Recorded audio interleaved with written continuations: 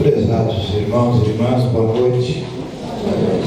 Mais uma vez estamos reunidos nesta casa que nos recebe sempre com muito amor, muita paz, equilíbrio, né?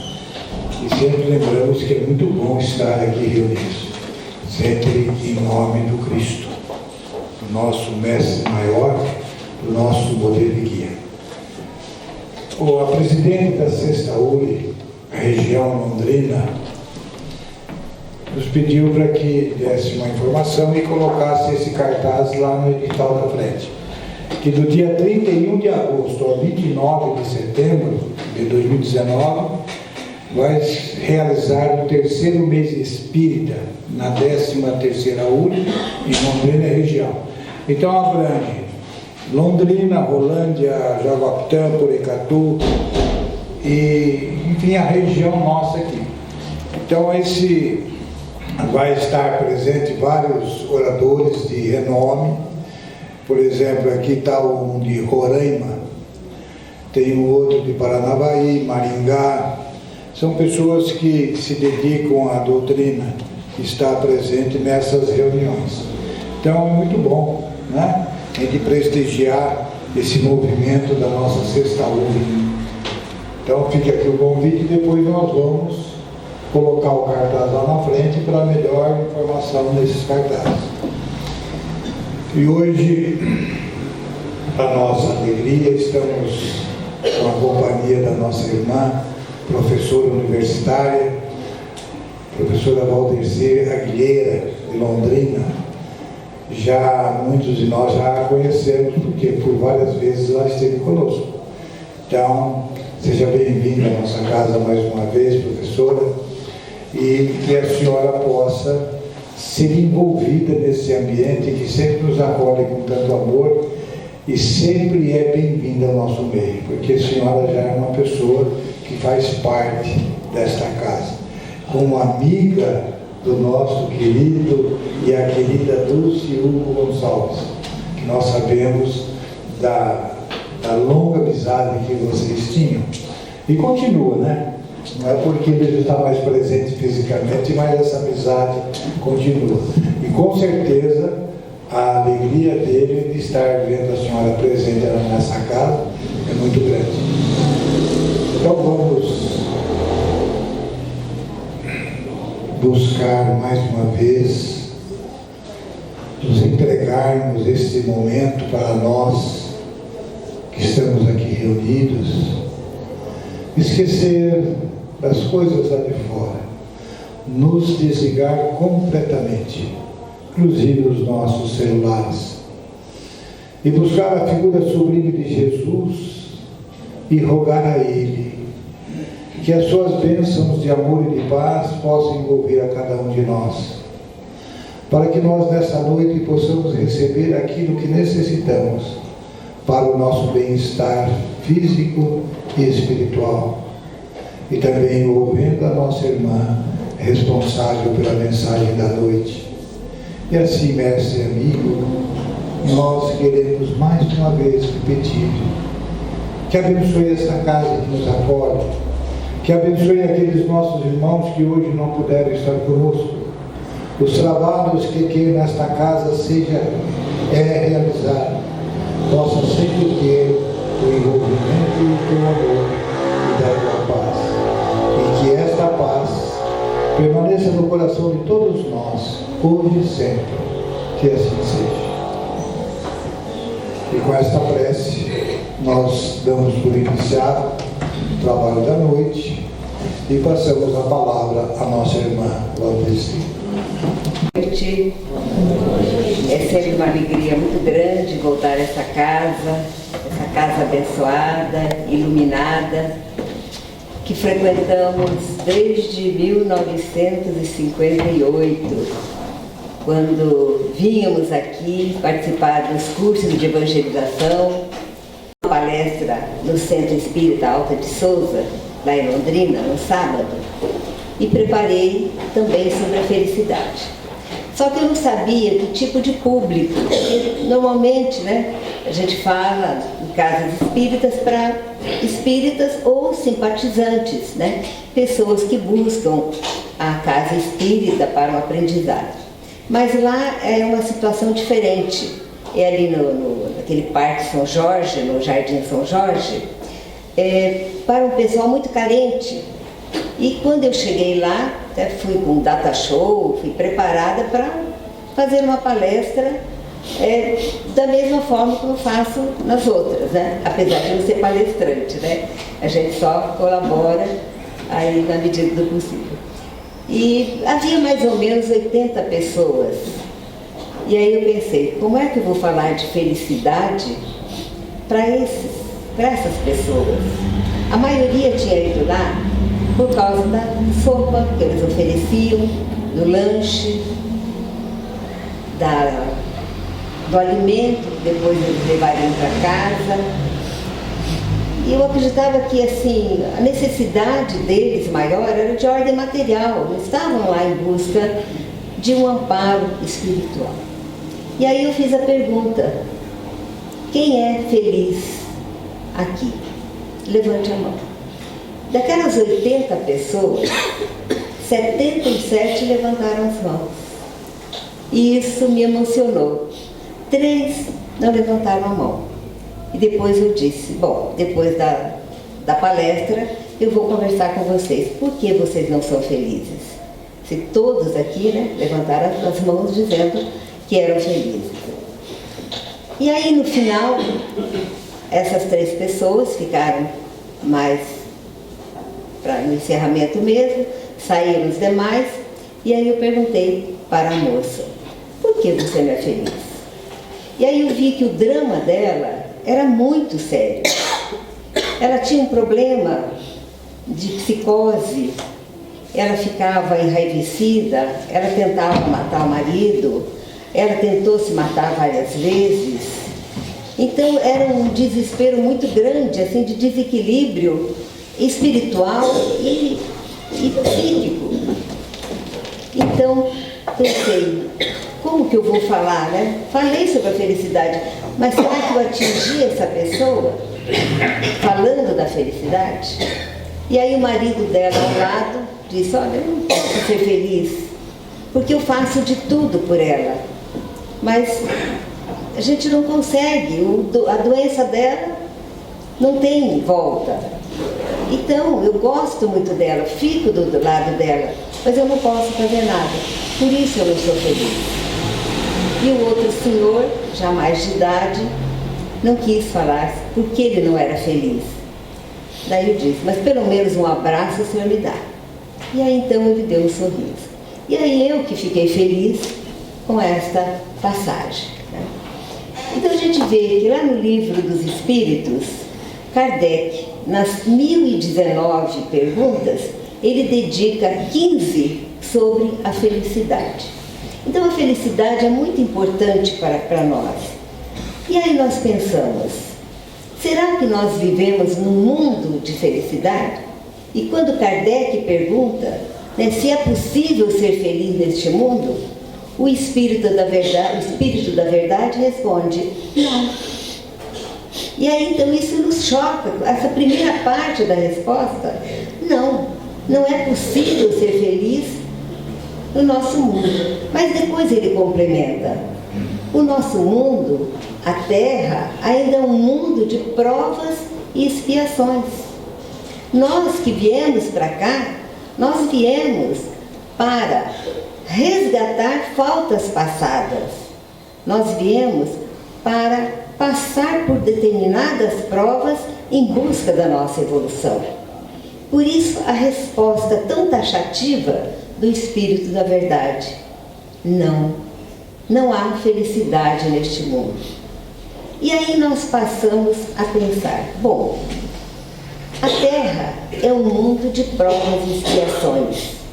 Será que em todo esse globo, em todos os países, nós podemos dizer que todos os países estão passando por esse estágio de provas e expiações? E aí, a gente parando para refletir um pouco, nós verificamos que na própria Terra, no nosso próprio mundo, nós já temos um mundo de regeneração. O mundo de regeneração será aquele intermediário entre o mundo de provas e expiações e o mundo ditoso, os mundos ditosos, onde então a felicidade será muito mais possível de ser alcançada. No mundo de regeneração não haverá provas e expiações, mas ainda não haverá a felicidade total. E aí então fui buscar na internet o ranking dos mundos, dos países mais felizes da Terra. E aí me deparei, né, com a Finlândia, a Dinamarca, a Escócia, a Suíça.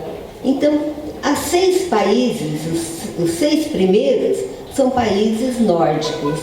E lá, então, por meio de pesquisas, de questionários, de avaliações, eles foram considerados os países mais felizes.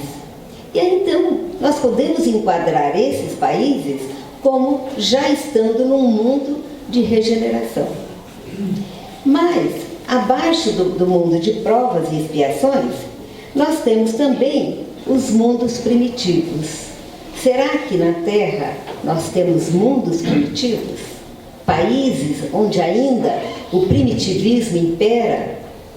Onde a violência é a regra? Onde não há a preocupação de ordem espiritual, de evolução espiritual? E nós sabemos que sim. Países onde não há liberdade, países onde não há justiça, países onde a justiça é feita pelas próprias mãos. Então, esses países violentos, constantemente em guerra, nós podemos dizer que eles estão ainda na fase de mundo primitivo. Eu acredito e espero que o Brasil esteja nesta condição de provas e expiações, que não esteja como um mundo primitivo, e nós sabemos que ele ainda não é um mundo de regeneração, né? Não está nessa classificação. Bem, e aí também sobre a felicidade, porque esses povos, essas pessoas que habitam esses 6 países que se declaram, né, que foram considerados, não que eles se declarem, mas que eles foram considerados povos felizes. Por quê? Porque lá a expectativa de vida é maior. Então a longevidade é uma característica destes países. Mas a longevidade, chegar aos 90, 100 anos, mas com qualidade de vida. Não chegar de uma forma ainda, né, assim, com muita doença, pessoas acamadas, não. Então é a qualidade de vida e a longevidade. Outro item que é avaliado para se considerar um país, né, que tenha mais felicidade é o apoio social que a população tem dos órgãos, né, dos governantes. Esse apoio social é que vai garantir uma velhice saudável, uma velhice tranquila, uma casa. Então, nesses países nórdicos, as pessoas não têm preocupação em comprar uma casa durante a vida, porque eles sabem que eles terão a casa para morar até o final dos seus dias. Então, porque há esse apoio. Confiança nas instituições públicas. Em quem nós confiamos hoje no Brasil? Até há pouco tempo, nós confiávamos nos Correios, era uma das instituições que mais mereciam créditos. Hoje, você manda uma mercadoria e você não sabe se ela chega. Uma amiga minha lotou uma caixa enorme de livros, despachou da França para cá, e eles talvez achassem que fosse alguma preciosidade, consumiram com essa caixa. Até hoje ela não localizou, ela investiu quase todo o salário dela comprando os livros que seriam importantes para o doutorado dela e sumiram. Ninguém deu notícia, ninguém sabe onde está, ninguém dá satisfação. Então, em que instituição pública nós confiamos? Será que nós podemos confiar na justiça totalmente, cegamente? Será que nós confiamos na classe política? Em que instituição nós acreditamos? Então, nesses países que são mais elevados, eles têm total confiança nas instituições públicas. A percepção de liberdade. Felizmente, nesse quesito, nós não podemos reclamar. Nós somos livres, né, para ir e vir, entrar, sair, falar, ouvir. Então, nós não temos a nossa liberdade cerceada, graças a Deus. Mas, à nossa volta, nós sabemos de quantos países em que as pessoas não podem falar, não podem se abrir, são totalmente privados da liberdade até de pensamento. Porque se você pensar diferente do outro, você já vai ser preso, você some, você desaparece, a sua família é perseguida. Eu tenho uma colega na universidade, que é cubana, e ela veio de Cuba. Primeiramente veio o pai, que era médico, veio para um congresso e não voltou mais. E aí ele lutou. Durante anos, ele era casado e é casado ainda e tem 3 filhos.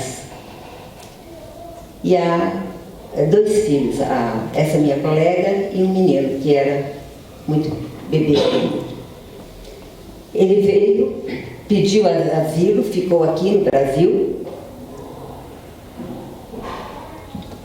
lutou durante 5 anos para trazer a esposa. Depois de muita negociação entre os governos do Brasil e de Cuba, a esposa, a mãe dela, conseguiu vir para o Brasil. O casal estava aqui, ele continuava atuando como médico aqui. A mãe era enfermeira, mas os filhos não podiam sair de lá. E os filhos levaram 10 anos para poderem vir se juntar à família. E essa minha colega diz, né, que ela era discriminada, ela era a primeira da classe, e lá os alunos que se sobressaem recebem homenagens no final do ano. E eles anunciaram: a fulana de tal tirou em primeiro lugar, mas ela é uma traidora, os pais dela são traidores, por isso ela não recebe prêmio. E o irmão dela, que tinha 2 anos quando o pai veio, quando chegou aqui, que depois que conseguiram, com muita luta, depois de 10 anos, se juntarem à família, ele nem conhecia mais nem o pai nem a mãe. Então, nós temos a liberdade, né? Então, este é um quesito também para a felicidade. E outro quesito é a generosidade. E isso nós podemos dizer: o nosso povo é generoso, né? O Brasil tem essa característica, o brasileiro, de ser generoso, de ser solidário. Quando meu marido fez a cirurgia do quadril, e ele estava assim bastante deprimido, e aí eu dizia: vamos hoje passear no shopping. Aí eu colocava a cadeira de roda dentro do carro, ele se acomodava dentro do carro e íamos ali para o shopping para passear, para ele se distrair. E era incrível. Eu parava o carro no estacionamento, a hora que eu abria o porta-malas para tirar a cadeira de rodas, sempre aparecia uma pessoa: posso ajudar a senhora? Então, eu achava aquilo, falei: meu Deus, a gente teve que passar por uma fase difícil de doença para ver quanto o povo é bom, é solidário, é generoso. Então, esse é outro quesito para considerar, então, um país feliz. Então, estes países nórdicos estão no topo do ranking dos países mais felizes porque atendem a esses requisitos. Mas nós chegaremos lá. Nós já conseguimos vencer alguns, nós vamos chegar lá. É aí nós podemos também pensar em uma outra pesquisa que foi feita nos Estados Unidos. Eram várias perguntas, né, que indagavam: você é feliz? Então, para avaliar se você era feliz, no meio daquele questionário havia uma questão, por exemplo: Você já riu hoje? Então, para mostrar que você era feliz, você teria que responder aquela pergunta. Não, hoje eu não ri. Então, hoje eu ri. Mas eles não perguntavam, você sorriu? Você riu? O que é rir? Rir é dar gargalhada, botar para fora a nossa alegria de viver, a nossa alegria de estar nesse mundo. Rir de nós, rir das nossas bobeiras, das nossas palhaçadas, dos nossos erros. Rir de qualquer coisa, rir de animais brincando, rir de um jardim florido. Então, rir, mas rir com gosto. Esta era uma das perguntas. Outra pergunta era, você se incomoda com pequenas coisas? E aí, nesse eu acho que eu não passaria. Porque quantas vezes uma coisa tão insignificante estraga o nosso dia? Às vezes é um arroz que queimou, já serve para a gente ficar pensando o dia todo por que eu deixei o arroz queimar. Então, essas coisas insignificantes, será que elas nos incomodam? Então isso faz parte de ser feliz. Não nos incomodarmos com pequenas coisas, com coisas insignificantes. E às vezes, até esse fato pode ser assim, ter uma dimensão maior. Mas vamos dar a esse fato a dimensão que ele merece. Não vamos nos aborrecer porque alguém falou mal de nós, ou porque alguém nos respondeu de forma grosseira. Não vamos nos preocupar, vamos considerar aquilo como uma coisa insignificante. Porque se nós fizermos assim, afastamos de nós essas vibrações negativas. E aí nós, então, vamos aprendendo a trabalhar o nosso interior para buscar, então, a nossa felicidade, apesar de estarmos num mundo de provas e expiações. Uma coisa é verdade, todos nós queremos a felicidade. Todos nós procuramos a felicidade. Mas às vezes nós procuramos a felicidade em lugares onde ela não está. E também da forma pela qual nós não vamos alcançar. E aí então vem aquilo à mente. Olha, eu vou ser feliz no dia que eu conseguir um carro do ano. Esse vai ser a minha meta. Eu vou ser feliz daqui a 2 anos. Eu vou conseguir um carro do ano. Eu vou ser feliz quando eu conseguir minha casa própria. Eu vou levar 5 anos para pagar a minha casa. Aí eu vou ser feliz. Então nós estamos procurando a felicidade longe de nós. As coisas exteriores. Nós estamos buscando a felicidade onde ela realmente está. E aí então, para cada um de nós, a felicidade vai ter um significado diferente. Uma pesquisa que foi realizada recentemente, para os brasileiros, a maior felicidade seria ter mais tempo para viver com a família. Veja que coisa bonita. A gente sempre esperava, né? O brasileiro quer ter mais dinheiro, quer ter uma casa maior, quer ter um carro maior, ou a mulher quer ter joias, ou querem viajar, mais horas de lazer. Mas 69% dos brasileiros responderam que gostariam, que seriam mais felizes se tivessem mais tempo para ficar com a família. Né? Então é questão mesmo de preferência, de colocar, né? Dar valor àquilo que realmente tem valor. Uma vez eu passei por uma fase meio complicada, meio difícil. Eu tinha meus filhos pequenos, eu queria construir uma escolinha, meu marido era contra e com razão, mas eu não parava de falar daquela escolinha que eu queria construir. E aí, como eu não conseguia resolver essa minha ânsia, eu fui procurar um terapeuta.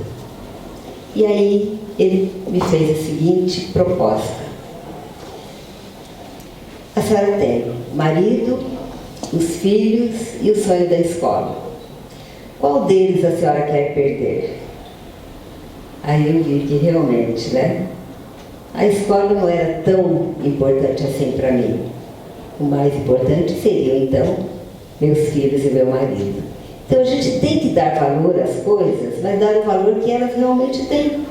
Então sempre colocar na balança o que importa para mim, o que é mais importante para mim, o que eu quero perder hoje e o que eu não quero perder nunca. Então é uma forma de nós trabalharmos também o nosso interior em busca dessa felicidade. E falando sobre felicidade, me lembrei de uma passagem, e coloquei aqui, uma passagem do Haroldo Dutra. Ele foi fazer, acho que todos conhecem aqui, né, aquele palestrante espírita, ele é juiz de direito e faz palestras pelo Brasil todo, tem vários programas no YouTube, reflexões, palestras, tem lives, também, ele é bem moderno, né? Então a gente pode acessar o Haroldo Dutra, né, a qualquer hora. Eu gosto muito de ouvir as palestras dele. Quando eu vou dormir, coloco lá o fone de ouvido e ouço a palestra dele. As palestras dele são muito interessantes, né? Haroldo Dutra. E ele foi fazer a palestra numa universidade particular em São Paulo e para os alunos de direito. E aí fez a palestra, né, falando sobre realizações, sobre felicidade, sobre objetivos da vida e tal, e sobre a vida espiritual, e, enfim, trazendo mensagens positivas. Depois da palestra, um aluno se levantou e disse: ora, doutor Haroldo, para o senhor é muito fácil falar de felicidade. O senhor é uma pessoa que está bem na vida, financeiramente, profissionalmente. O senhor já adquiriu até fama, né? No Brasil todo é conhecido. Então o senhor é diferente. A realidade do senhor é diferente da nossa realidade. Que pegamos 2, 3, 4 ônibus para chegarmos aqui, que o dinheiro é contado, que às vezes não temos dinheiro nem para o almoço. Então é diferente a nossa realidade. E aí ele falou: eu vou contar uma história para vocês de uma moça que morava no norte de Minas e com 20 anos ela resolveu ir para Belo Horizonte tentar então melhorar de vida, porque era uma região lá, o norte, é uma região muito pobre, falta emprego e as pessoas, ele falou, olha, as pessoas lá passam fome. E ela então, jovem, foi tentar a sorte em Belo Horizonte.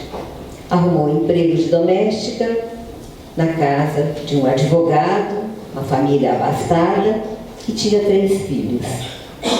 E ela se envolveu emocionalmente, afetivamente, com o filho mais novo. E engravidou. Quando ela engravidou, a família foi o maior escândalo ali na família, dos patrões, e eles sumiram com o filho. Mandaram estudar fora do Brasil, para não passarem com aquela vergonha, né, que eles acreditavam, de o filho, então, ter, né, eles terem um neto com uma empregada doméstica. Deram os recursos para ela e ela voltou para a cidade dela para ter o filho.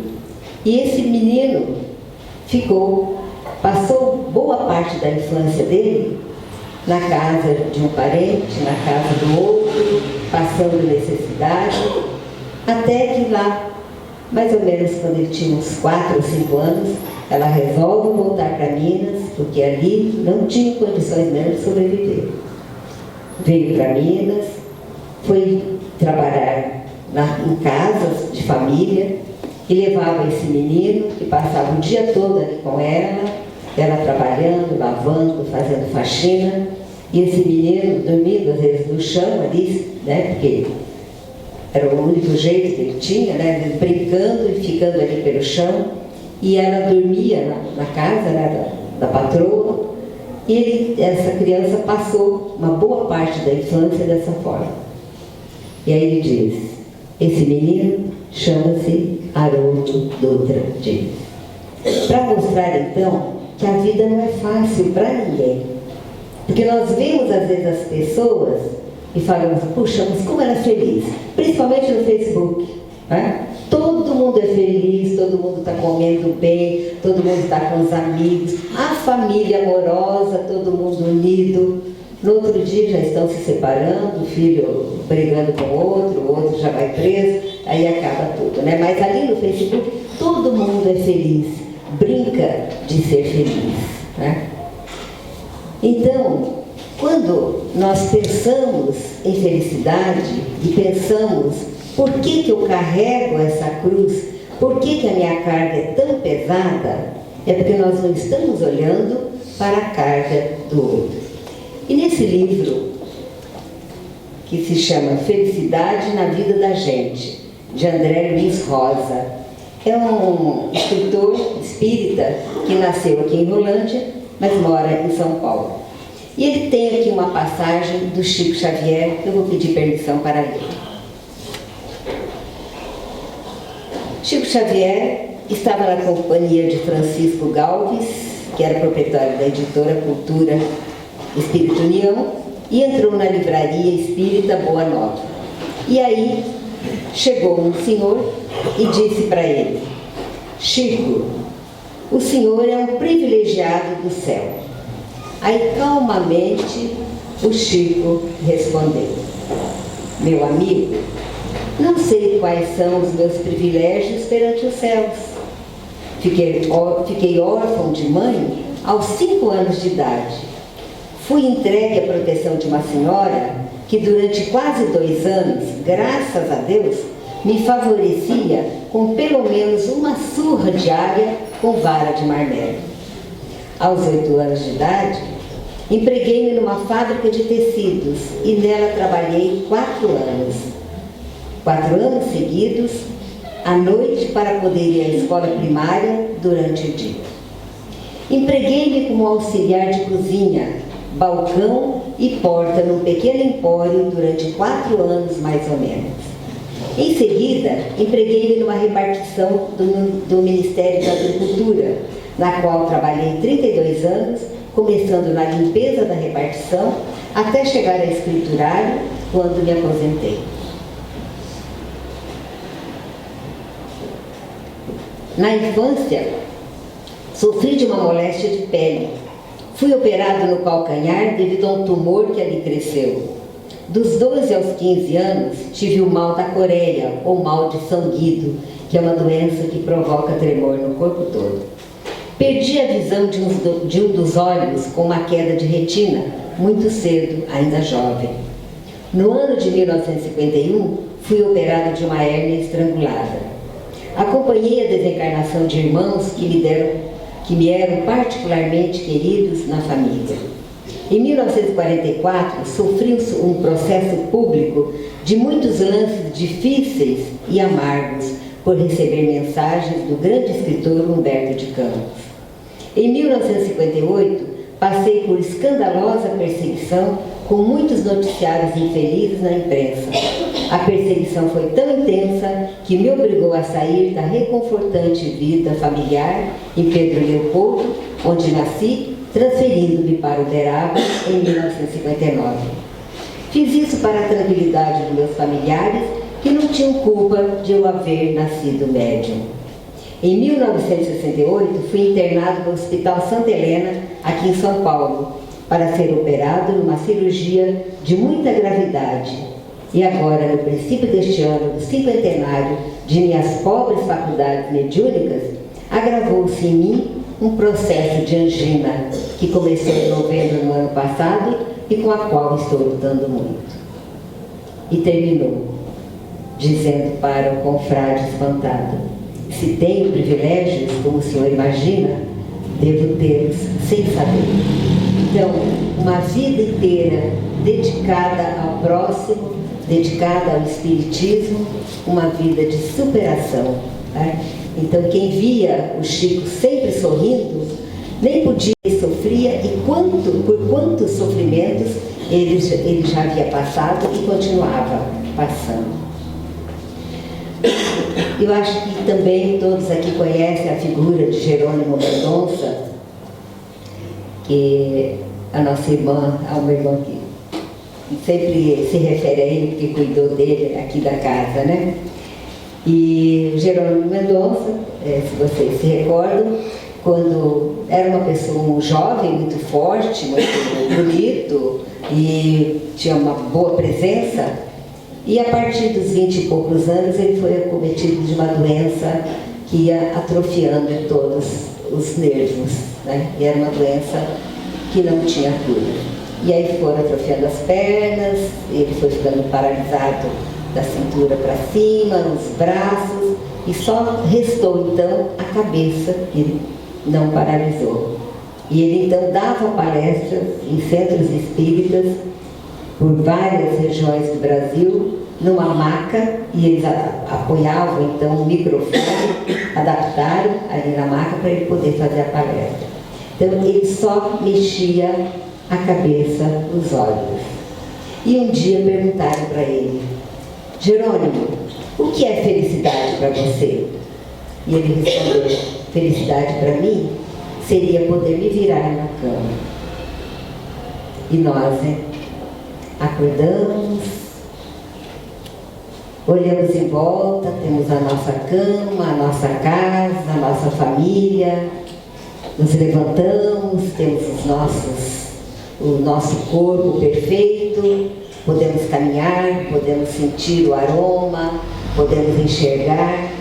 Quantos acordam e não se levantam, acometidos por alguma doença? Quantos acordam e não enxergam? Quantos acordam e não se movimentam?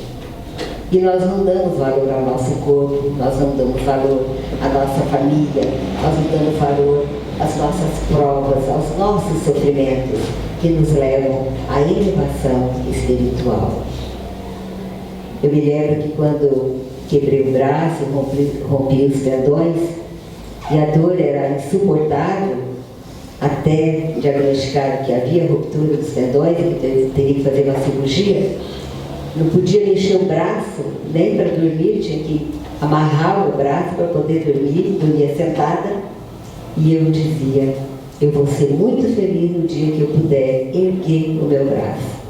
Aí eu passei a dar valor a cada parte do meu corpo, porque a gente faz tantos movimentos bruscos, se levanta, pega, chuta, abraça, cozinha, borda, vai dar aula, e nós não avaliamos o tesouro que nós temos dentro de nós, que é o nosso corpo, a nossa saúde. E às vezes nós ficamos nos apegando a tão pouca coisa, né? Eu tenho um pouco de celulite, eu preciso tirar essa celulite. Esse calo está me incomodando, eu preciso tirar esse calo. E aí vai, né? Às vezes, não gosto muito da minha sobrancelha. E tantas coisas insignificantes, e nós não damos valor àquilo que é essencial. Será que a felicidade está na riqueza material, na fama, no sucesso, no poder? Será que está em não ter problemas, está em algo que venha de fora? Se fosse assim, nós não teríamos casos aí, milhões de casos, de pessoas que têm fama, dinheiro, bens materiais, riqueza, poder, tem tudo, mas não são felizes. Eu coletei alguns exemplos, poucos exemplos, no meio de milhões de casos. Um caso da Elis Regina, aquela cantora magnífica do meu tempo, né, da música popular, da MPB, do movimento da música popular brasileira, querida por todos, né? Tinha fama, por onde ela andava, ela era lembrada, ela era querida, ela era adorada. Aos 36 anos, aos 37 anos, cometeu suicídio com overdose de cocaína. Marilyn Monroe, né? Também outra atriz lá do meu tempo, famosa, né? Era convidada para os filmes mais famosos, pelos diretores mais famosos. Aos 36 anos, foi encontrada morta e até hoje não sabem, foi suicídio ou foi suicídio? Ou foi homicídio? Steve Jobs, né, criador do celular, aí, principalmente da Apple, né, o presidente lá, inteligentíssimo, poderosíssimo, aos 56 anos, aos 40 e poucos anos, foi detectado um câncer no pâncreas. Com todo o dinheiro que ele tinha, quando ele morreu, ele tinha 7 bilhões de dólares. Mas não foi capaz de curar o câncer dele e morreu aos 56 anos. Robin Williams, aquele ator espetacular, né, que fez aquela babá quase perfeita e tantos outros filmes, famoso, rico, poderoso.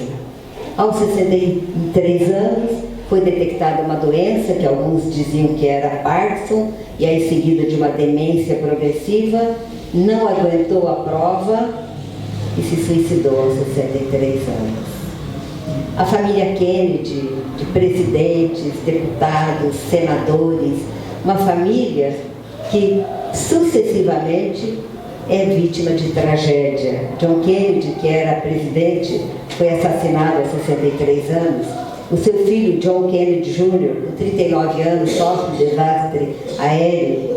Seu irmão, Robert Kennedy, com 43 anos, assassinado.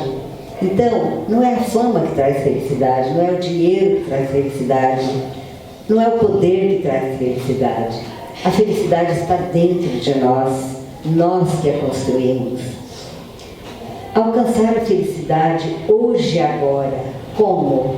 Olhar o mundo com outros olhos, mudando as lentes pelas quais vemos os fatos. Vamos olhar para a vida de outra forma, vamos olhar com alegria, com otimismo. Qual o caminho mais curto para a felicidade? E aí então, esse autor elenca o seguinte: solidariedade, amor ao próximo, fazer o bem, gratidão a Deus, valorização do que tem, corpo, família, lar, alimento, amigos, oportunidade da reencarnação e o trabalho. É um caminho curto. A solidariedade. Vamos pensar. Eu tive uma grande lição de solidariedade quando nós trabalhávamos numa favela. Há uns 10 anos, nós ficamos 5 anos numa comunidade ali em Londrina, e um dia chegamos lá e avisaram que o marido havia colocado fogo no barraco ali da família, né? A mulher com 3 filhos lá dentro, chega embriagado e ateia fogo e destruiu tudo. E aí então nós ficamos sabendo, né? Fomos até lá e aí perguntamos para ela: do que você precisa mais agora? Aí ela falou: olha, eu estou precisando disso, né? O fogão, tal coisa. E ela falou: olha, toalha de banho eu não preciso, porque a minha vizinha, que tinha 7 filhos e 3 toalhas, ela me deu uma toalha. Então vejam vocês, né? Pobre, que não tinha nada, 7 filhos e 3 toalhas de banho. E ela abriu mão, é o óvulo da viúva, né? Abriu mão e deu uma toalha para a vizinha que não tinha, né? Então, isso é solidariedade. Então, nós aprendemos muito com todos, com cada pessoa, desde as pessoas que estão acima de nós, em cargos, nas funções, no trabalho, e até com aquelas pessoas mais humildes, né? Eles nos dão lições a toda hora. Basta nós estarmos atentos, né, para aprendermos essas lições. Amar o próximo. Mesmo, né? É no núcleo familiar que nós temos que mostrar que amamos o nosso próximo. Começar pela família. Um irmão difícil, um cunhado difícil, uma sogra difícil, filhos difíceis. Quem não tem filhos difíceis dentro de casa? Quem não tem familiares que são insuportáveis? Mas nós pedimos. Então a gente diz: eu não pedi para nascer. Às vezes eu ouvia muito dos meus filhos: mas eu não pedi para nascer. Eu dizia: pediu e pediu muito. Nós combinamos de estar aqui juntos. E nós vamos cumprir essa prova juntos. E nós vamos expiar as nossas faltas juntos. Então, o amor ao próximo tem que começar pela família, porque se nós amarmos aqueles que são mais próximos, que são mais difíceis, com quem nós convivemos a toda hora, nós vamos aprender a amar o nosso vizinho, o nosso colega de trabalho, as pessoas que a gente vai conhecendo ao longo da vida. Fazer o bem. Então, não é importante não fazer o mal. Nós não temos mérito nenhum se nós apenas não fizermos o mal. Nós temos que fazer o bem. Esta é uma máxima do Espiritismo. Esta é uma máxima do cristianismo. E gratidão a Deus. Agradecer a Deus por tudo que nós temos. Mas agradecer principalmente a oportunidade da reencarnação. E eu olho preocupada para essa geração de jovens, casais jovens, que não querem ter filhos.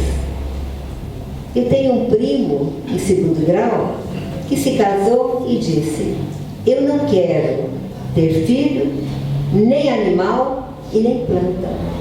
Eu não quero ninguém para me servir de empecilho para aquilo que eu quero fazer. Veja que vida vazia, que tristeza. E hoje, quantos casais jovens optam por não ter filhos? Nós não queremos ter filhos, mas tem 2, 3 cachorros ou gatos dentro de casa e que chamam de filho, vem com a mamãe, vem com o papai. E aí, olhar para uma criança que necessita de um abraço, de um carinho, de uma palavra de conforto, não são capazes. Isso me preocupa nessa geração. A geração de nossos pais, né? Nossas famílias numerosas, 10 irmãos, 8 irmãos, 17 irmãos, né? Aquelas famílias numerosas que foram se reduzindo, e agora então o casal, quando tem um filho, é só o que ele quer, ou então só quer animais dentro de casa. A oportunidade da reencarnação e a gratidão que nós devemos ter aos nossos pais. Mas a minha mãe é difícil, meu pai é difícil, meu pai tem essas dificuldades, meu pai tem esses defeitos, mas ele nos deu a vida. E é isso que Haroldo Dutra diz: eu sou muito grato a esse meu pai, que me abandonou, que não me reconheceu depois, mais tarde, quando ele já estava moço.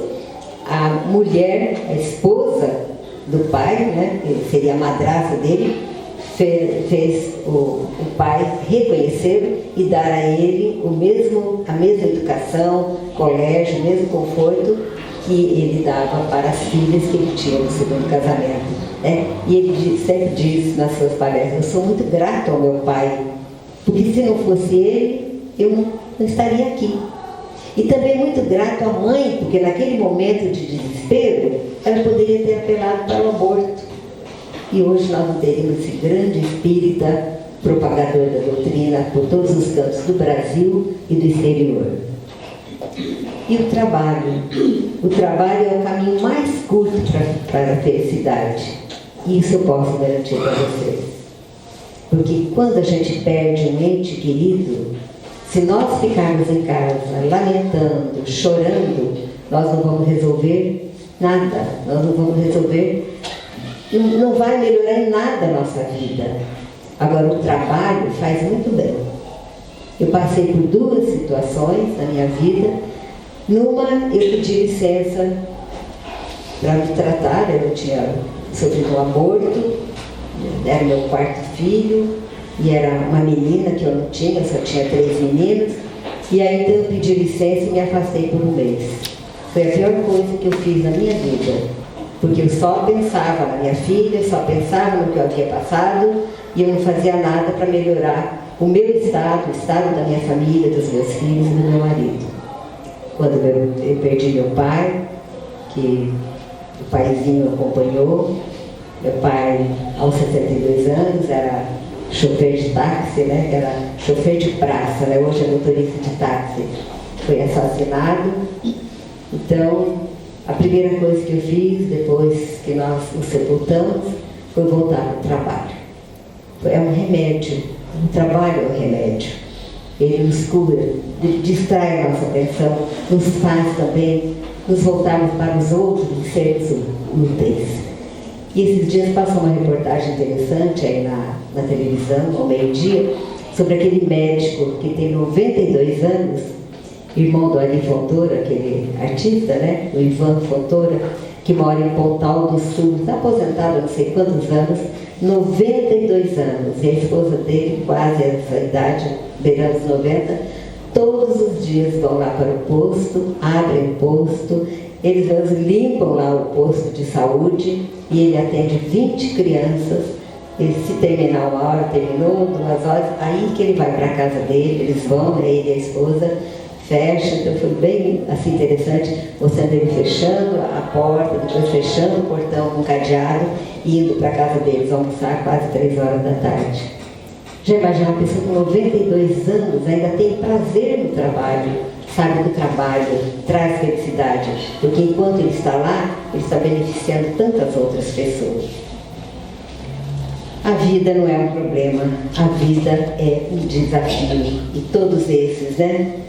Francisco de Assis, Paulo de Tarso, Chico Xavier, conquistaram a felicidade pelo encontro com Jesus, pela prática da humildade e no serviço ao próximo. E aí então, encaremos a vida com os olhos do bem, com a visão do amor e com o concreto desejo de olhar à nossa volta e verificar que nosso Pai, que tudo nos legou para que a nossa felicidade se efetive já. Deus nos criou para a felicidade. Abençoemos o trabalho em que a vida nos situou. Santifiquemos a família terrena do jeito que os familiares são. Enfrentemos com dinamismo e alegria os obstáculos da vida e assim, amando e servindo, haveremos de encontrar a felicidade que há muito tempo espera por nós. E agora Chico Xavier diz: ainda hoje, se você puder, pratique o seguinte: esqueça contratempos e mostre um sorriso mais amplo para aqueles que compartilham a sua vida. Dê um toque de felicidade e beleza a seu recanto doméstico. Faça uma visita, mesmo ligeira, ao doente que você deseja reconfortar. Escreva, ainda que seja um simples bilhete, transmitindo esperança e tranquilidade em favor de alguém. Melhore os seus conhecimentos no setor de trabalho em que esteja. Estenda alguma energia a mais de otimismo e dê alegria aos que se encontram na sua faixa de convivência. Procure esquecer, mas esquecer mesmo, tudo que se faça motivo de tristeza ou aborrecimento. Leia alguma página edificante, escute música que pacifique o coração. Dedique alguns minutos à meditação e à prece. Essas indicações de apoio espiritual, se forem observadas, farão grande bem aos outros, mas especialmente a você mesmo. Muita paz e muita felicidade. Prezados irmãos, esta mensagem da noite, essa busca constante, né? Que nós procuramos todos os dias a felicidade. E Jesus, ele disse que ia instalar o reino dos céus dentro de cada um de nós. Estaria ali a felicidade para todos nós. Muito obrigado, professora, pela tua mensagem de esperança, né? Que nosso povo, nossa humanidade, que um dia vai encontrar realmente essa verdadeira felicidade. Como já dissemos muitas vezes aqui, que a doutrina de Jesus, ela resume em amor. E a felicidade está nessa busca do amor. Quando nós realmente amamos, verdadeiramente sabemos amar, e seremos felizes como um Chico, com a Madre Teresa, Irmã Dulce, Mahatma Gandhi e tantos outros, né, que passaram por aqui trazendo exemplos do verdadeiro amor.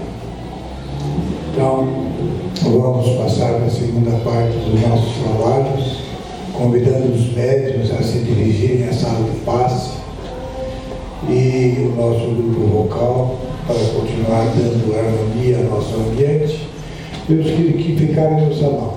Sempre lembramos que a prece alcança aqueles que necessitam.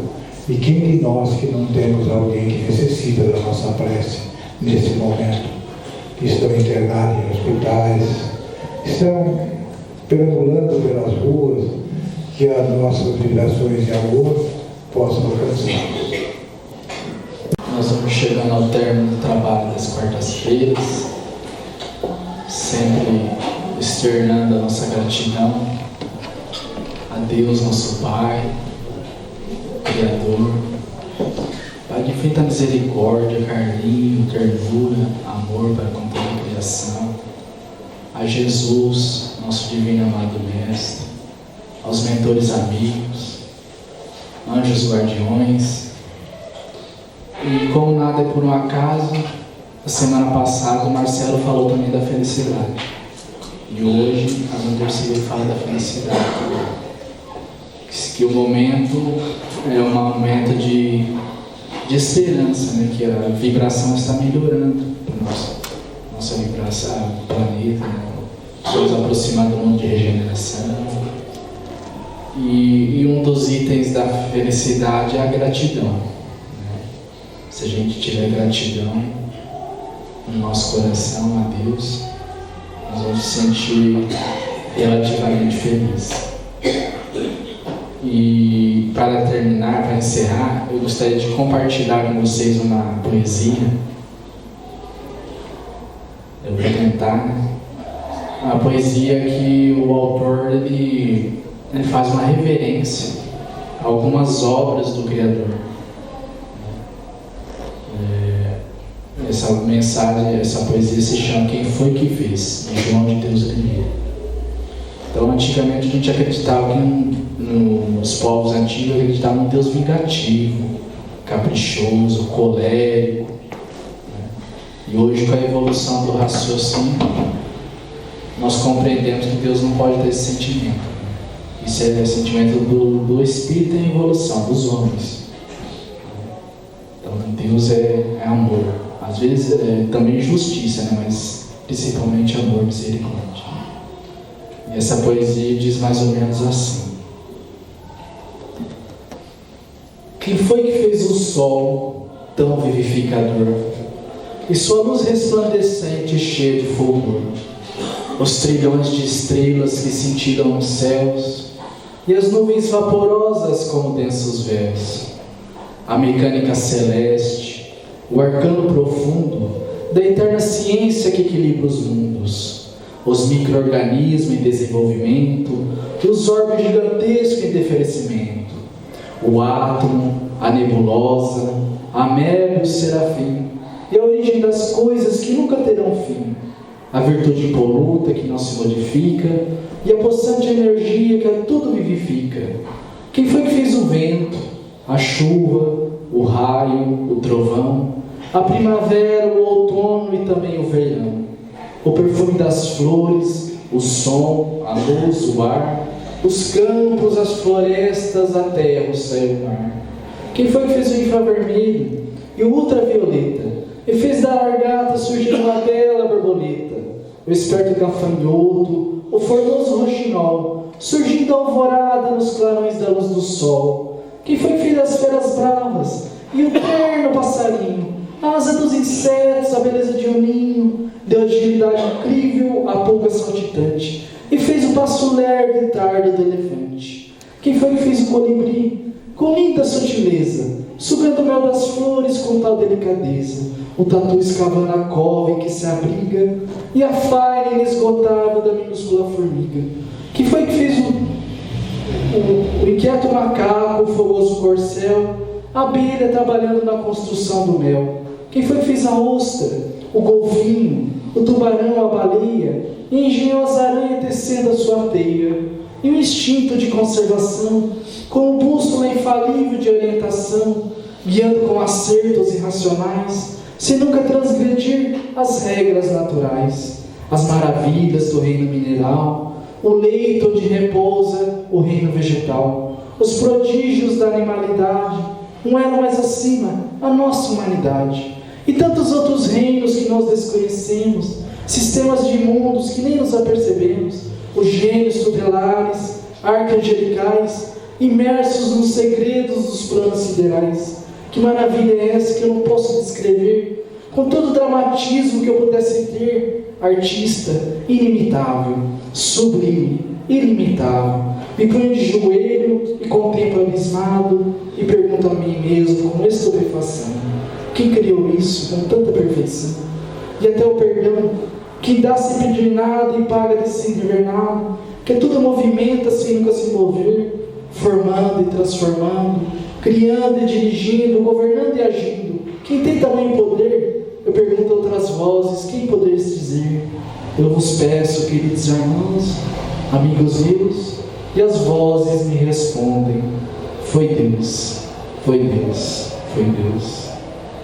Que Deus, nosso Criador, possa nos abençoar nesta noite, que possamos retornar aos nossos lares com muita paz e amor no coração. Muita paz. Obrigado.